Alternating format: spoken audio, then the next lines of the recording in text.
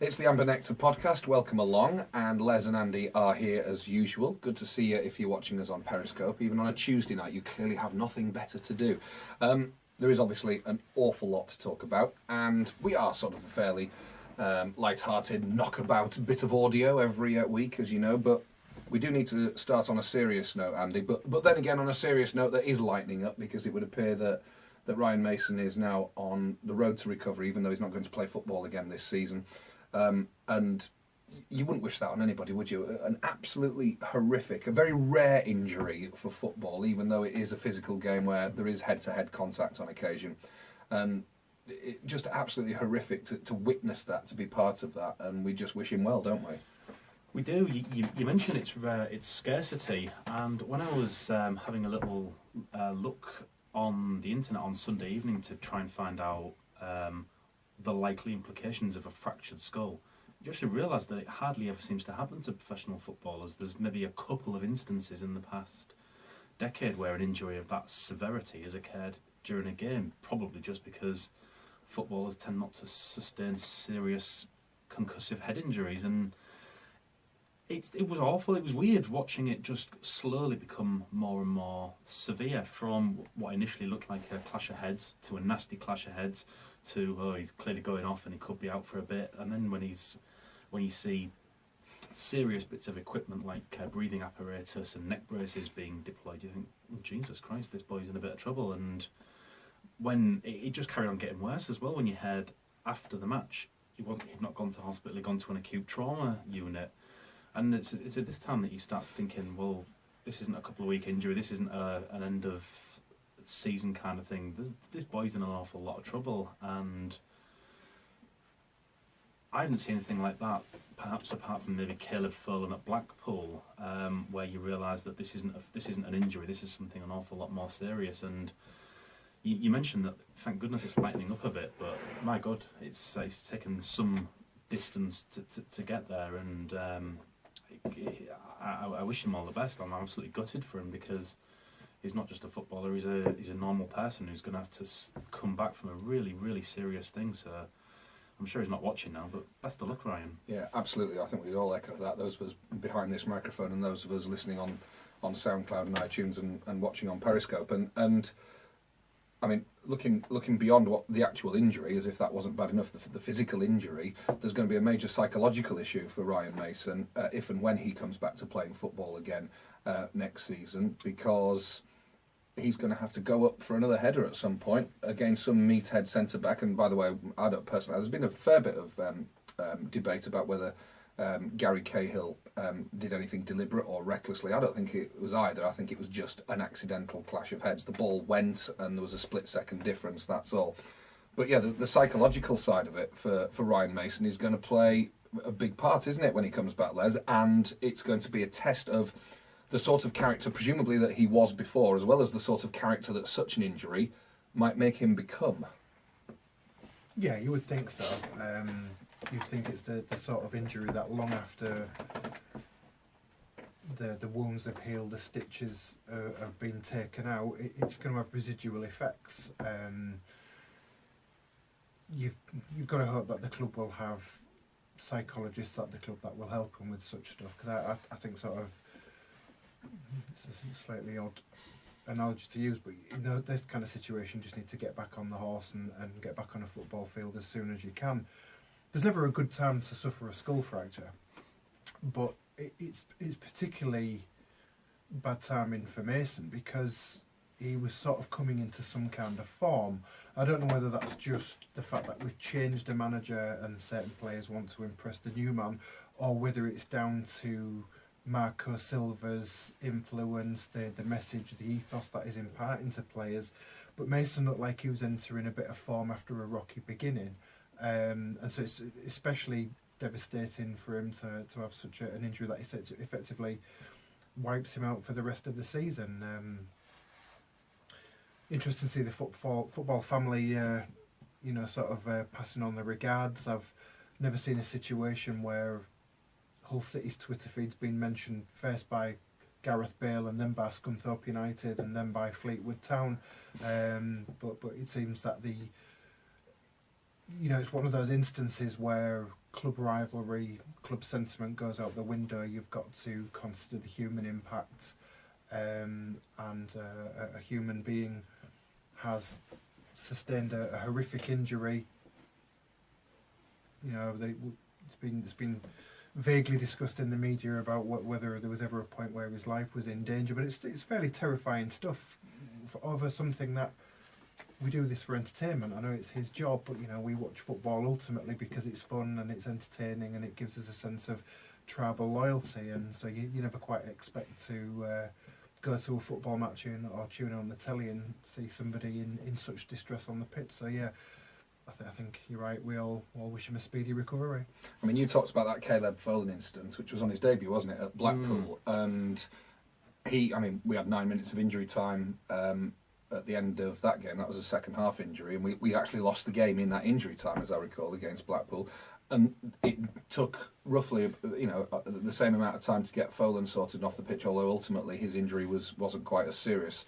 But I remember when you're a supporter at a game like that, watching what's going on. First of all, because footballers do feign injury so much, you do initially for the first few seconds wonder, what's happened here, especially if you haven't seen the incident that's caused it. Then when you realise, because the referee stopped the play mid-play rather than waiting for the ball to go into touch, that it could be serious, that there's a sense of urgency about the injury. Then it's when the neck brace comes out, the stretcher comes out, the oxygen mask comes out. And to be honest with you, they come out for other types of injury as well. So even when the oxygen mask went on Mason, often that's just for severe pain. That's part of the pain relief process, isn't it? It's the gas and air thing. It doesn't necessarily mean that the injury is massively serious. It just means that it's massively painful. And the two don't necessarily marry. So we saw the oxygen mask, we saw the stretcher. Ultimately, we all watched him get carted off the pitch at Stamford Bridge, and I think we all probably just assumed that he'd got concussion and maybe a gash to his head, which was where the oxygen was necessary from. When you've got concussion, you're in that situation where you've got to support the back of the head to make sure that the airway is always going to be clear, because if you're concussed, you might not always have complete control of it. Other than that, you get them off the pitch. But it was that moment right at the end of the game, and I can't remember who first revealed it or first tweeted it, that you said, Andy, that he'd gone to a trauma unit rather than just to accident and emergency at the nearest available, sort of West London hospital, that you realise, blimey, what's actually happened here? And you talk about fractured skulls. Petr Cech is a famous one, because obviously it was a future City player who was involved in that incident. I think Ian Hume broke his skull, or fractured his skull plate, although I think that was an elbow rather than a clash of heads, although having said that, Petr Cech's was Stephen Hunt's knee, wasn't it? But how hard, I don't want to be too sort of clinical about this, but how hard must those two heads have collided for one skull to be left fractured? I mean, it makes you wince uncontrollably, doesn't it? I mean, the fact that Gary Cahill carried on playing, which is another story entirely, given that there was suggestion that he should have been off the pitch at the very least at half time, if not immediately, suggests that obviously 95% of the trauma went to Mason and 5% went to Cahill. But it's unfathomable, isn't it, to actually imagine the trauma and the pain, the discomfort that Ryan Mason must have gone through, assuming he was aware of any of it. We don't know whether he was conscious when he was on that pitch. I don't think it was easy to tell, because none of us were there. I don't think it was easy to tell from the television pictures, was it? He was holding his head, so he had the consciousness to be able to hold his head up, which would suggest he was conscious.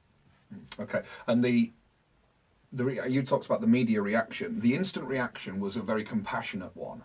You talked about all the different clubs and players and people involved in football, as well as supporters who all wished Ryan Mason well. There was the odd bellend on Twitter who made a catty comment about his ex-Tottenham status because they happened to be an Arsenal fan or whatever it is, and they got short shrift.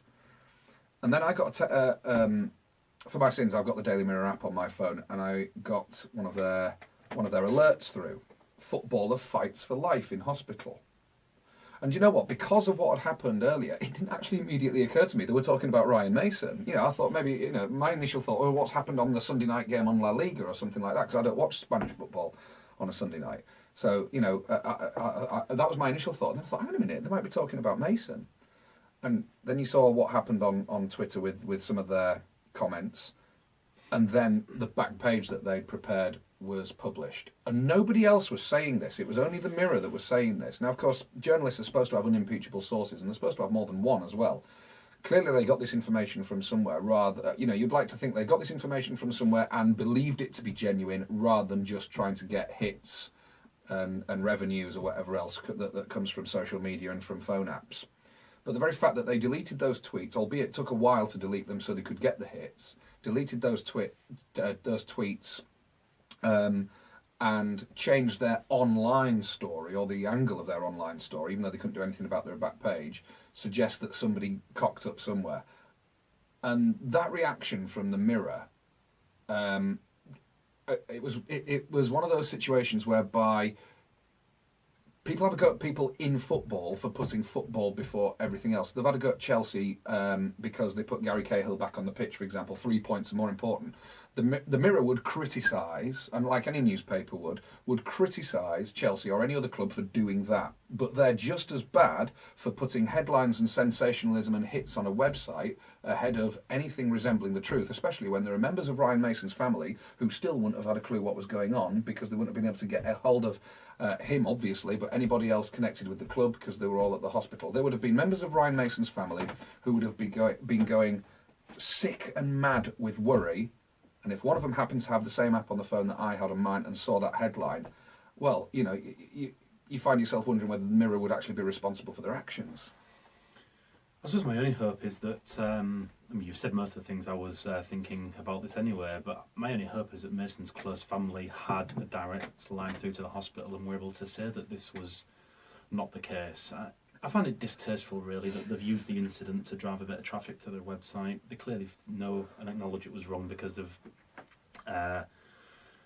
removed those comments. I think they've just guessed, really. They've guessed and exaggerated and sensationalised them. They're not the first part of the gutter press to do it. But can I just suggest that they've guessed, yes, but I reckon they thought they wouldn't be the only ones who would guess, and they were, and so they've been completely isolated in all of this. None of the other tabloid newspapers, let alone anybody else, made any kind of melodramatic suggestion in the same way the Mirror did, and they alone have been made to look foolish out of all this. The Mirror was foolish before this happened. Okay, yes, I absolutely agree with you on that. I've only got the app because most of the newspapers that I want don't have apps for Android phones, but anyway. It's true, and somebody's just on Periscope said that the Daily Star was worse because they've used it as an excuse to print pictures of Ryan Mason's girlfriend. The fools. Ouch me head, son. What a dreadful, tasteless, appalling, and not even especially witty bit of sub-editorial whimsy, which is what you would hope a tabloid headline to be. Let's talk about the game then. There was a game at Stamford Bridge, and albeit one that ended in inevitable, predictable defeat for Hull City, an extremely entertaining one at times, and City, I mean, one of you guys wrote this in Things We Think yesterday, that this sort of heroic defeat where City contribute greatly to the flow of the game could get a bit tiresome after a while. I think we can bear with it while it's Chelsea away, though. If it was a lesser club that aren't 8 points clear at the top of the Premier League, then it would be more tiresome. Yeah, thereabouts. Thank you. But it genuinely was a brilliant performance by City. It's just a pity that poor finishing and a little bit of poor officiating kind of conspired against them. Yeah, indeed, City gave it a real go. I think prior to Marco Silva arriving, we would probably describe this game as a free hit or a free spin, and we would sort of expect City to lose. But City, you've got a bit of a buzz about them at the minute, and you're never quite sure. We might feel a little bit different after a depressing run of league games where we're facing some of the Premier League's more brighter lights. We'll see. But there was points in that game that you sort of were wondering whether City could pull it back. I mean, at the point when Abel Hernandez had a penalty denied, had we been given a penalty and had we have scored that, I don't know that it's not given. Chelsea have got a fine keeper in Thibaut Courtois, but had City been given a free shot from the 12-yard line, there is a possibility they could have left that game with a 1-1 draw. I think the astounding statistic is that City had 60% of possession in the second half. that is incredible. That's the type of possession you normally only get when you're playing a City on FIFA, on an easy level. But to think, we went to the league leaders and basically had the ball for most of the second half, and it wasn't that they were letting us do it either. That was just City playing extremely well, being slick with the passing, and the following Marco Silva's directives. One thing I love about Marco Silva is watching him impart instructions to the substitutes. It's incredible to watch the detail he goes in. I've watched Open University quantum physics lectures that haven't, one, been as long or two as baffling as, say, for example, David Myler looked after the instruction he was given. I love David Myler's expression while all that was going on. Of course, because Ryan Mason was still being treated and nobody knew how long it was going to take to get Ryan Mason away from the field of play and Myler on, the instructions just continued and continued and continued. I suspect that Marco Silva had a précis, a summary of his instructions for David Myler ready, and then when he realised that Mason's treatment was going to take a little bit longer, he decided to extend it into several appendices, and it went on and on and on and on. And David Myler's face was this wonderful sort of fly-catching, sort of mouth-open face, as if to say, well, yeah, I know, and the camera's on me, I've got to look like I understand what he's talking about. I'm not entirely sure that David Myler did know everything that Marco Silva was talking about, although I love the fact that Marco Silva is confident enough to be able to give really long and clearly complex instructions in English to a British footballer. I think that's fantastic. Well, we had some lip readers analyse what Myler said, and he said, so put it into the mixer, yeah? And on the subject of the game, though, Andy, that penalty non-decision... I don't blame the ref, although Swarbrick made some poor decisions during the game, but I do blame the assistant referee who, if he'd been any closer to the ball, would have been hit in the face with it. It's frustrating, isn't it? Because we absolutely have to be clear. Getting a penalty wouldn't have guaranteed a point or anything of the sort. Chelsea might have then re-emerged as an attacking force and sorted us out, even if we'd got the equaliser. But it's just a pity we didn't have the opportunity. It's a shame that the linesman got it so wrong as to give us a throw-in when that was just about the only thing it couldn't conceivably be. These things happen, and I know it's a bit chip on your shoulder to say that we never get decisions like that at big clubs like that, and so on and so on and so forth, particularly because earlier in the day Burnley got a surprising penalty at Arsenal, so you can get them, but it's a shame we didn't have the opportunity. On Marco Silva, what fascinated me is what he said after the match, when he said, yeah, I'm happy with the performance, but I want more from the result. And I thought, that's quite tough, isn't it? That's setting a high standard, because I think I'd probably taken a 2-0 defeat before the match started and playing well. I'd have been quite happy with that. So for him to start setting up these very high standards is interesting, and I wonder quite how his dressing room, when they all have the opportunity to speak among themselves, and what they made of that. Well, I reckon David Myler's, when he has his turn to speak among the dressing room, he's going to have loads to say, because he's heard it all already while standing on the touchline. Of course, with Ryan Mason now out for the season and Jake Livermore gone, he's probably going to be in the starting 11 for a little while to come, isn't he? But look at the pass that was made into the box, which generated the penalty non-call, the incident. That was Mailer playing across the, on the floor pass into the box. So Silva's really is having an impact. And we discussed earlier about Mason looks a better player since Silva come in. Tom Huddleston looks like he's going to be a contender for next year's Ballon d'Or the way he's playing at the moment. He has been exceptional. And it can't just be down to a new manager.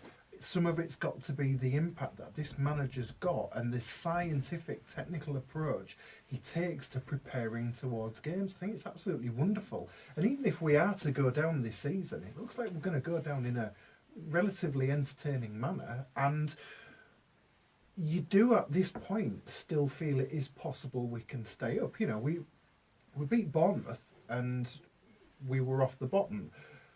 It's that kind of a league at the moment, because Swansea win on Saturday and suddenly they're out the bottom three. You only need a string of decent results, and staying up is conceivable as long as we can maintain the confidence through a really tough period where in league games we're playing really tough teams. But as you mentioned, if Silva is sort of saying, well, good performance, but I'm not happy with the result. If he is setting the bar that high, the standard that high, that bodes well for the squad maintaining confidence. I don't think it's going to be a four-horse race, or if that's the right phrase, given that it's a relegation battle we're talking about, between City, Swansea, Sunderland and Crystal Palace. I still think that Watford and even Leicester, the reigning champions, look like they're going to be sucked into it. And I agree with you. I think there's every opportunity for City to get out of this. I mean, our run-in is generous by comparison to others. You know, the big clubs we're getting, like we did in a little sequence earlier in this season. We're in the middle of that second sequence now with Chelsea. We've got Manchester United in the next league game, and I think Arsenal are due any time as well, aren't they? So there's only Tottenham right at the end of the season that are out of that aren't in this sort of little mini sequence. I think there's a big opportunity. I like the fact that Les is waxing lyrical about Marco Silva, clearly approves. Last week we established, after we'd switched all the tapes off, that Marco Silva is the first Hull City manager stroke head coach to be younger than Les. And Les, I don't think Les was especially enamoured by that thought. I've already been there. Nick Barmby's younger than me, whereas Andy, despite looking the oldest out of the three of us, there's no one who's been anywhere near his age running City. It's coming though, isn't it? You just know that, these ghastly milestones of ageing are just around the corner. I hope the City players are buying into Marco Silva's dauntingly high standards, by the way, because if he cheps at them, well, not cheps at them, but if he comes out in the next three league games, all of which we may conceivably lose, and says, well, I'm not happy with that result, might they not start thinking, oh, come on, give us a break? Or are they going to buy into it and think, yeah, he's absolutely right, let's not write these games off? I really would love to know what the dynamic of Silva and the squad is. Looking at the performances, which were good anyway at the end of Phelan's reign, but the performances do suggest a squad that is buying into Silva's philosophy. Long may it continue. We need to talk about the new boys who we saw on display at Stamford Bridge. I mean, you've seen Evandro play before, of course, but now the new right back, go on, Andy. Abdellaoui. I thought it was El Abdellaoui, but anyway, not that it matters. Well, it does matter. It does matter. It clearly matters. It's his name, Mr. Dalton. It really does matter. But Johnny Foreigner, I've heard you. You Paul Merson or something. Oh dear me! No, I'm not. No, I'm not. I'm really not. Evandro, and also Oumar Niasse, who Everton fans absolutely despise him. And the first thing he's taken from City fans and from observers of the game generally, even neutral ones, was where the hell was he when Gary Cahill was able to tap in that second goal for Chelsea? But I think of that little sort of turn and shot he did in injury time and think that there's an opportunity there.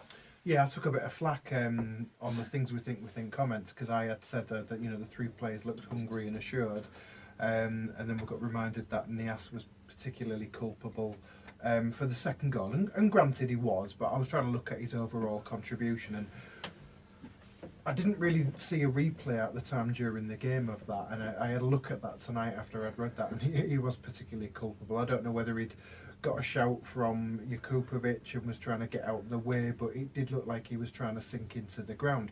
But I was impressed by the other stuff he did, and that there aren't many players that would have got a left foot shot as well struck as the shot he had late on, and I think there are Premier League goalkeepers who aren't as good as Courtois who would have really struggled with that. That was a really good chance when you weren't probably expecting that at that time. But I also liked his touch and I liked his passing. We talked about the 60% possession in the second half, and a lot of that was down to the new boys and the influence that they had. So it's early days. You can't make instant judgments on one game, or even in some cases just substitute appearances. But I think there was enough there to be fairly enthusiastic about. And one more name I want to mention in the context of Sunday's game is Harry Maguire, who goes from amazing to awesome to stupendous to any other sort of synonym for quite good that you can think of, and he is being nationally noticed, isn't he? Yes, he is. That's interesting for a player who is not too many months away from being on our bench an awful lot, and his profile has grown quite substantially of late, to the point where we're probably going to be fighting off bids from clubs with a greater prestige than Middlesbrough soon. Yeah, on Periscope, gonna be a legend, Yorkshire God, and Colossus. 3 separate messages just as soon as we mention Maguire. Well, I wouldn't argue with anyone. What I love is when Maguire starts a run, because it's like watching a huge locomotive just sort of crank itself into gear, and it takes him a while to hit top speed. But by the time he does, the energy and the force behind that run means that defenders just scatter him, and it must be like trying to stand in the way of a bloody train once he gets going. There is something superhuman about the way he does it, and that sounds melodramatic, and it probably is. But footballers of that size do not run with footballs like that. They just don't. Harry Maguire is a centre back, presumably because he's extremely tough and extremely large for a footballer, and extremely good in the air and good in the tackle. We know that. We've seen the evidence of that. But that will be what the whole of football, who is aware of Harry Maguire, people who are paid to know about this stuff, will presumably have next to his name. They won't have an awful lot next to his name, until now at least, of him having an exquisite first touch, a brilliant capability of running with the ball, an excellent centre of gravity despite his size, balance, even a tiny bit of grace as he runs with the ball. It's just a pity. I mean, that shot he had in the first half, I'm pretty certain I would have hurled myself out of the window in glee if that had gone in, because it would just have been the most poetically beautiful City goal ever. True. I'm kind of hoping he doesn't play that well against Manchester United, because I don't want some team to come and bid for him. And there's a week of the transfer deadline, until the transfer deadline comes and goes. Some team must be thinking, why don't we take a punt? Hull City's owners seem mugs. Let's see if we can throw him a bit of cash and prize a great prospect away. But it's funny, like in the national consciousness, he appears to have gone from being a bit of a curiosity and a bit of a figure of fun to very quickly they've realised actually he's a good footballer. He's just a good defender. He is a good footballer. Do we all remember when he played against us in the FA Cup semi-final, him going on a run like that right towards the end of the game when there was still only 1 goal in it? I'm still convinced to this day that it was that run that persuaded Steve Bruce to bid for him in the summer. But even though I remember that run that he went on, because we were 4-3 up, and then he finally played a ball, and then it got taken off him, and very quickly we attacked, and David Myler scored the final goal. I'm pretty certain from remembering that run that we all just assumed it was a fluke, and the reason why he managed to do it is because City's players were knackered, and it was the 90-something minute. But clearly it was no fluke, because it's something that you can do on tap. Yeah, he can. I think we need to settle upon the appropriate verb for this. I don't think you could call it a run, more of a sort of bludgeon. He absolutely just scatters opposing defenders, and it's quite thrilling to see, really. One day he's going to either really clobber one quite nastily or score the goal of the season, or possibly both all in one go. Well, he's already taken out 2 QPR players at once, which that was sexual, wasn't it? It was. That was a different type of sex ball, wasn't it? I've never ever seen any like BDSM sex ball. Websites you look at. Other genres are available, and what you look at is none of our business. I've never ever seen a centre-back take out 2 footballers at once. I'm not sure I ever will again. Maybe Harry Maguire is unique. You'd like to think he's got 3 centre-halves in at one point, wouldn't you? So, you can imagine him playing some soft southern team like Charlton or something on a real cold day, and just making 3 of them cry in one go. That'd be brilliant. I quite like the idea of an Imperial phase Justin Whittle, an Imperial phase Stan McEwen, and an Imperial phase Harry Maguire, all within the same distance at different angles of the same football, and on the blow of a whistle they all have to charge and win. Well, it wouldn't be a 50-50 ball, it would be a 33-33-33 ball, and just see who would actually come out of it on top. It's like that. I remember us having a debate in the car once going to a really long away game. If every single City player that had ever played piled up on top of each other and started a fight, who would be left at the top? And I think the top 3 we ended up with was Billy Whitehurst, Gary Brabin and John Whitney. I don't know whether Harry Maguire is hard in that sense, but he's certainly tough, and there is a difference, isn't there? There is indeed. All right, any other business about Chelsea?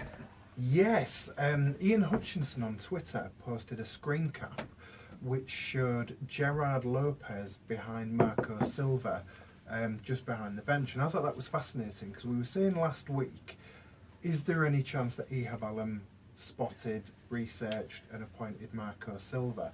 I think that screen cap gives us the answer. maybe you might think it's a little bit far-fetched, but Gerard Lopez has been discussed as a potential City owner.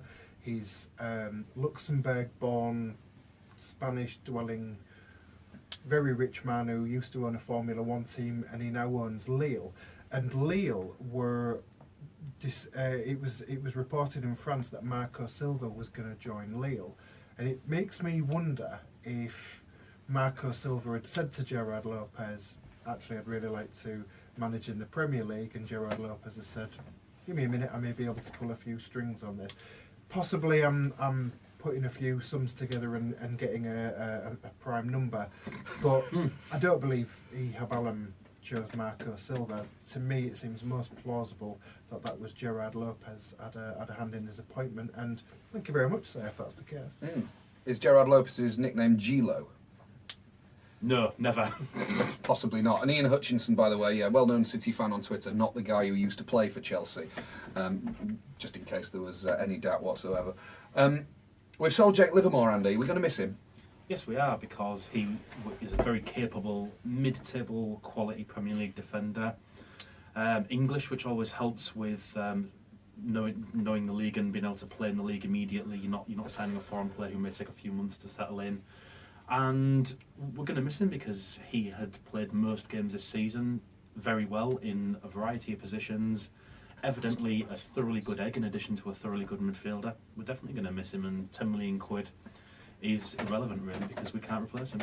Good player, nice guy, liked us. I think he enjoyed playing for Hull City. I think he appreciated the opportunities severalfold when you think about the way things went for him. That Hull City gave him. He was in the reserves at Tottenham and was never going to get in the first team there. I think he, like a lot of London players, I think he was probably reluctant to do any kind of northern move, but realised because it was a Premier League club there was an opportunity there. Got into an FA Cup final.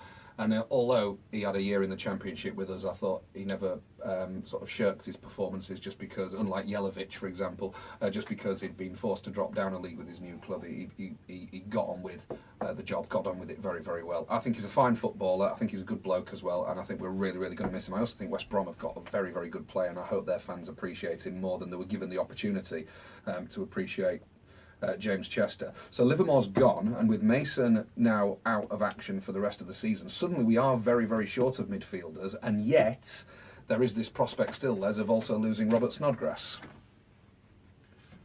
There is.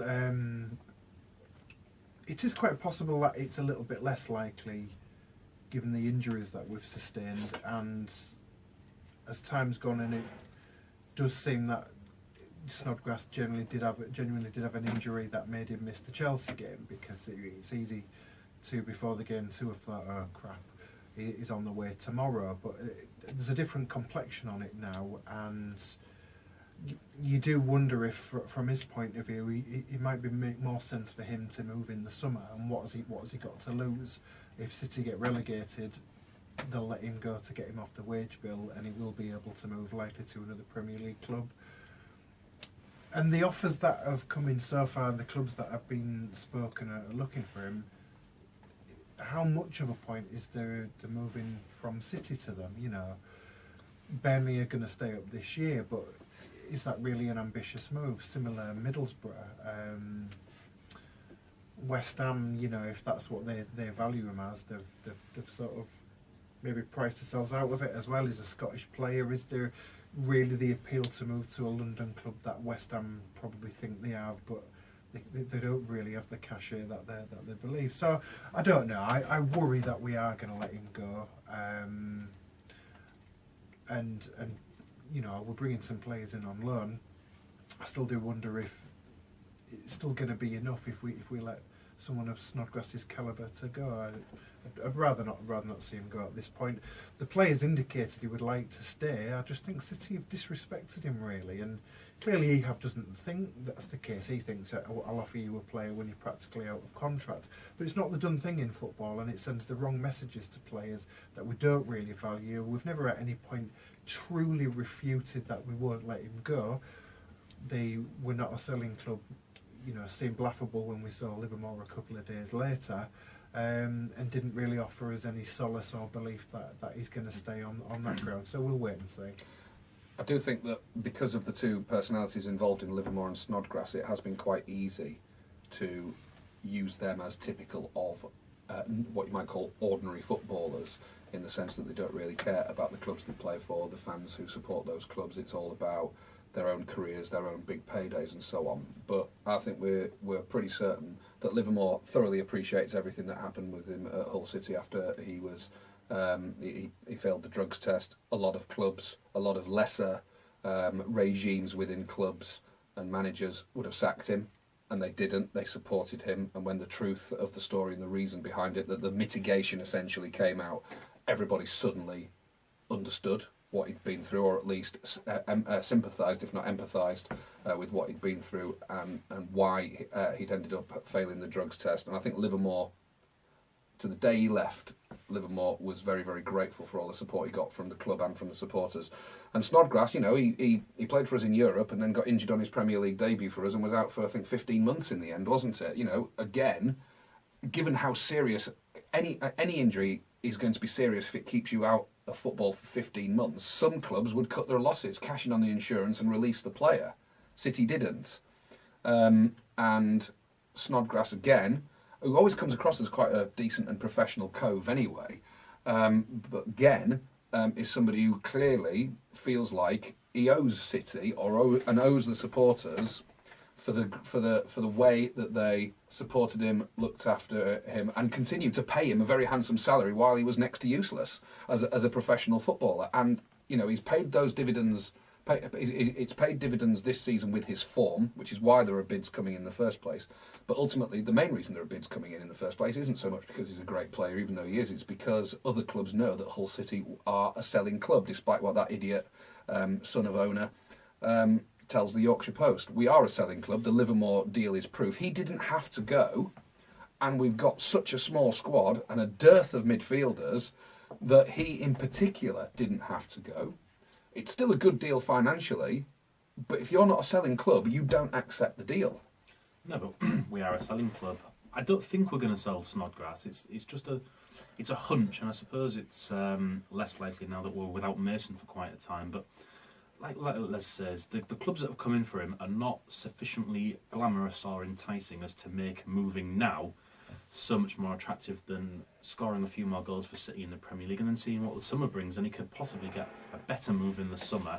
I would have thought he'll go whatever division we're in the summer, and I couldn't really blame him unless we've got new owners, which could change everything. But as it stands, my guess is he'll stay for now and then go in the summer. The Snodgrass situation, just on a last thing on this, because we've got a new player to talk about, but the Snodgrass situation reminds me of the 2009-2010 season, when it was clear that we were financially in the shit after Adam Pearson came back, looked at the books and went, oh God, we were going to be relegated. And in the January of that season, Wolves started making endless bids for Stephen Hunt, who was by some distance our best player that season. He ended up as our top scorer, even though he got injured in the March and missed the last 2 months. You remember him on the last day of the season when the players did their lap of dishonour around the pitch after we'd been relegated. We chanted his name in the East Stand, and he raised both his crutches in a cross up in the air to salute us. And what happened was City actually defied all those bids from Wolves. Hunt didn't kick up a stink. For as long as he was fit, he got on with the job of being a Hull City player. He was a cracking footballer, even though we only had him for a year. And then when we got relegated, Wolves came back, and then we let him go. And I think that's what's going to happen with Snodgrass. I think we'll, hopefully, at least, maybe I'm being over-optimistic, but we'll repel the deals that are suggested by suitor clubs for Snodgrass's services in January. He'll continue to play for us for the rest of the season, and then I think you're right, Andy, irrespective of which division we're in, unless we get new owners, he'll be off in the summer to one of the clubs that wants him at the moment. Okay. We have got another new addition, as well as El Abdellaoui, the right back. I think did all right. I mean, it's nice to have a proper right back playing at right back. You know, there's a novelty. Could catch on. Absolutely, yeah. Markovic, who Liverpool fans of my acquaintance think he's rubbish, but he's joined us on loan from Liverpool. He's been at Sporting Lisbon, so clearly that's the connection with Marco Silva. But another player is in the building, albeit yet again not one that we're going to keep with any sort of permanence. Yeah, it's an interesting policy, isn't it? Taking on players that have sort of failed after a big move to see if they've got the hunger and desire to you know, show that actually they do belong in the Premier League or they do belong at a top club. We've done that with Nias. and we've done it with Markovic, and it can pay off handsomely, or it can be Hatem Ben Arfa, and you never quite know which of those it's going to be. The thing I remember about Markovic was, it was when he was a Benfica player. I had tickets to the Europa League final in Turin, so I was watching the semi-finals to see who would go through to it, and I thought Juventus were going to go through against Benfica. But the reason Markovic stood out is Markovic was substituted and on the sidelines started a scrap with the Juventus substitute who hadn't come on yet, and both of them managed to get sent off. The Juventus player was sent off first, and then I think Markovic tried to hide in the hope that Mark Clattenburg, who was the referee, would sort of not know who it was, but eventually Markovic got sent off as well. So that's one of my key memories of him. He's certainly a very skillful player, but we always know that doesn't lead to application, doesn't in a way. But I mean, it's often easy to write off a player because he hasn't worked at another club, but the circumstances have to be right for a player to flourish. The manager's got to believe in them. They've got to be played in a system that suits them. So who sees? I don't really see any downside to signing a player that was signed for 20 million not that long ago. If he doesn't impress early on, then we stop playing him. We look at cutting his loan short. I don't really see there's no financial downside to it whatsoever, but there's potentially big rewards, if he plays well. Okay, we haven't got a Premier League game now for the rest of this month, and so we look ahead to the cup competitions. It's nearly the end of January, and we can still use competitions as a plural, albeit I think we all suspect that will soon be just a singular come the end of Thursday. Does anybody around this table think that City can keep a clean sheet on Thursday night against Manchester United? No. I'm struggling to believe. If that happens, though, then that's the base from which City can come back into that tie. I don't know what will be more depressing, losing 4 or 5-1 or something like that, or losing 1-0. Winning 1-0 and losing the tie 2-1, where the defence has kept their half of the bargain, and then we're in a situation where we can't score enough goals. But the away goals only count if it's level after 90 minutes tomorrow. We haven't got any away goals anyway, and our away goal, if we'd got one at Old Trafford, wouldn't have counted full stop. They only count after 2 ties of 90 minutes. So if it's 2-0 to City, unlikely as that may seem, on 90 minutes, Manchester United have the extra 30 minutes to score once. If they do, City would have to then score twice. Unfortunately, over a two-legged tie, this is what I hate about the League Cup semi-finals, and were it ever thus when the League Cup was two-legged all the way through the competition before they reduced it to just the semi-finals. The away side in a two-legged tie always got the advantage. Even if we'd scored at Old Trafford, that away goal would have counted for literally nothing except in the overall mathematics of the scoreline. The flip side to that is that if you have the second leg at home, you get longer playing at home than you do away. So the two things roughly balance out, but you know the rules before you go into it. And I'm not going to grumble about that. What I am going to grumble about is the fact that we're going to go out, and I really wanted to win the League Cup this season. As you know, I always want to win the League Cup. This is not a one-season thing where I've decided I want to win it now, but I'd love it. I think winning the League Cup would almost be more City than winning the FA Cup, because that's almost too glamorous and exciting for us. The League Cup is slightly earthier, and it seems more in keeping with Hull City, and to win that and obviously get back into Europe would be bloody brilliant. And it'll be even more galling when Southampton tip Liverpool out in the other semi-final. But that second goal at Old Trafford did it, and whereas I'd still be happy with a 1-0 win, because beating Man United over 90 minutes is a good thing and would give us confidence. But it would be sickening at the same time, wouldn't it? I've been sickened as a City fan before. I mean, you think about the way we went out of Europe, where we needed one more goal to go through and ended up going out on the away goals, and that scramble in literally the last 5 seconds before the referee blew his whistle that would have taken us into that group stage, and Andy looking at flights to go to Kazakhstan. But yeah, I watched the entire 1975 League Cup final on YouTube last night because I couldn't sleep. So I know, it's great. Aston Villa beat Norwich 2-0, and Brian Little was playing, age 21, with hair going halfway down to his arse. But you're right. I think there's something very City about winning the League Cup. We've got to remember, of course, when we qualified for Europe, we qualified as FA Cup runners-up. Now, there's never been that luxury for the League Cup runners-up. to get into the Europa League, or previously the UEFA Cup. If you win the League Cup, you go into Europe. If you lose the League Cup final, it doesn't matter whether your conquerors at Wembley have already qualified for the Champions League. For example, if we played Liverpool in the League Cup final and they beat us, we would not get into Europe. But that would always have been the case. So in a way, the League Cup is very City. I think you're right. But if we're going to get into Europe, we've actually got more of a chance with an FA Cup, haven't we? Well, City were the last English team that qualified for Europe after losing the cup. Of course, they've taken away the runners-up slot, haven't they? Yes. UEFA I've forgotten about that. Changed the rules, and they now give an extra slot to whoever's next in the pecking order in the league. I tell you who won't be happy with City winning 1-0. Marco Silva. He wants to win the Europa League with City next season. He'll be fuming if we only beat Man United 1-0. And then we go to Fulham. There's another consecutive weekend in West London in the FA Cup 4th round. We've played Fulham 3 times in the FA Cup away from home in the past. One was all the way back in 1913, which we won.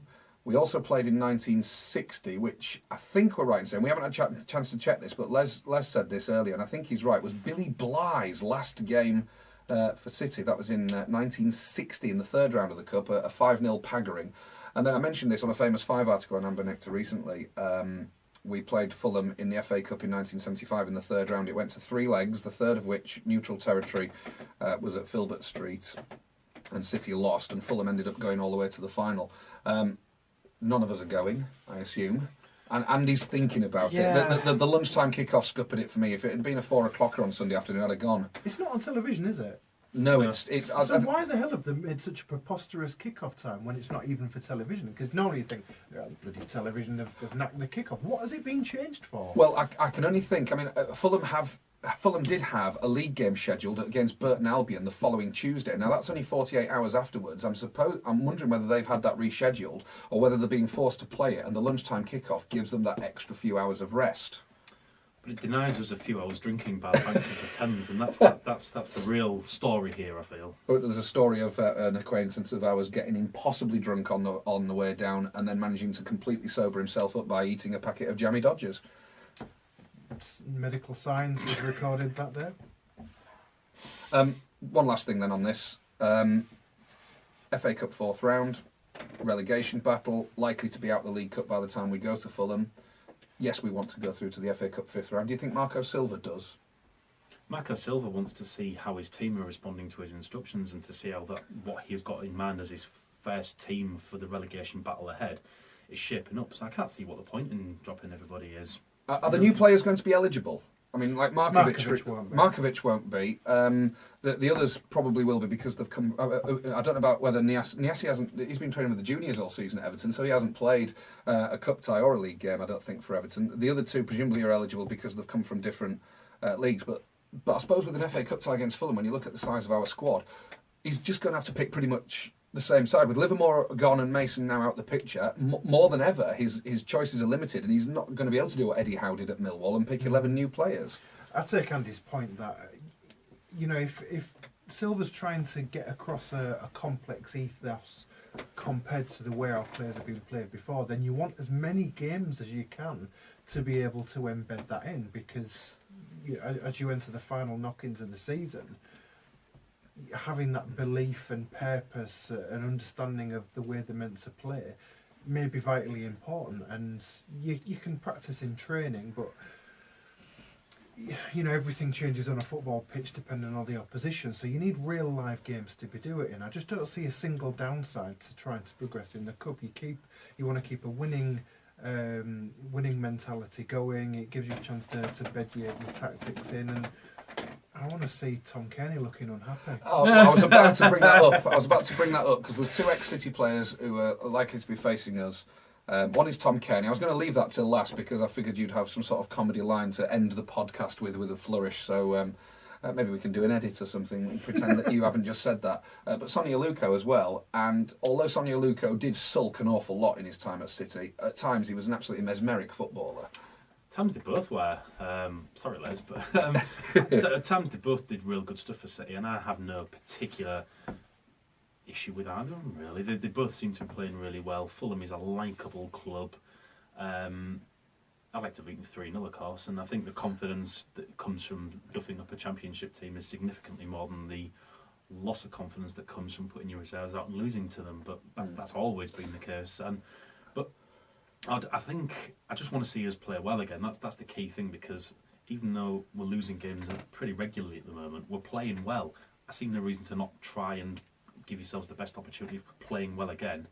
And then you're in the 5th round of the Cup, and you're not a million miles away from Wembley. You're only 2 decent draws away from the semis. I remember, Aluko was a fabulous footballer for City, and you think about some of the goals he scored when him and Jay Simpson did sort of like that zigzag move through the Bristol City defence to score in a live televised match, and his brilliant volleyed winner at Newcastle, for example. He scored the winning goal that took us through against Trenching in the home tie. The goal he scored at Everton on that night game when we didn't do very well in that Premier League season, all told, but Aluko scored a lovely equaliser. He was a fine footballer for City, if a bit of a sulky get at times. As for Tom Kearney, I agree with you. I thought Tom Kearney was all right. He scored that belting goal against us recently for Fulham, didn't he, as well? He was just influenced too much by the wretched and cursed and horrible Jimmy Bullard. Yeah, quite possibly. I mean, there was that period in 09-10 when you thought, crikey, we've just found our midfield fundament for the next 10 seasons. And then it became aware that, that run of games had gone to his head a bit and he was making excessive demands. Or I think it later came out that it was down to his mother. His mother was acting in his agent, and she had pound signs for eyeballs, and was sort of insisting on a ridiculous deal. And I do sort of wonder if that was sort of like the beginning of the end for Tom Kearney at the club. I don't know. He was a decent player on his day, but there's just something about him I don't like him. I think he's a bit of a twat.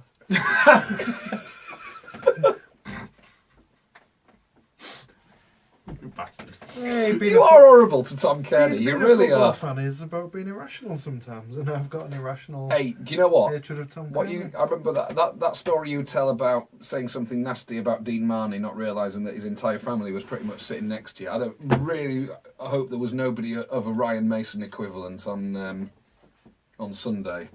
It was at the same place as well, wasn't it? Wasn't it Chelsea where you shouted that at Dean Marney? Didn't Dean Marney get a bad injury at weekend as well against Arsenal? He got stretchered off against Arsenal, didn't he? Les probably organised that.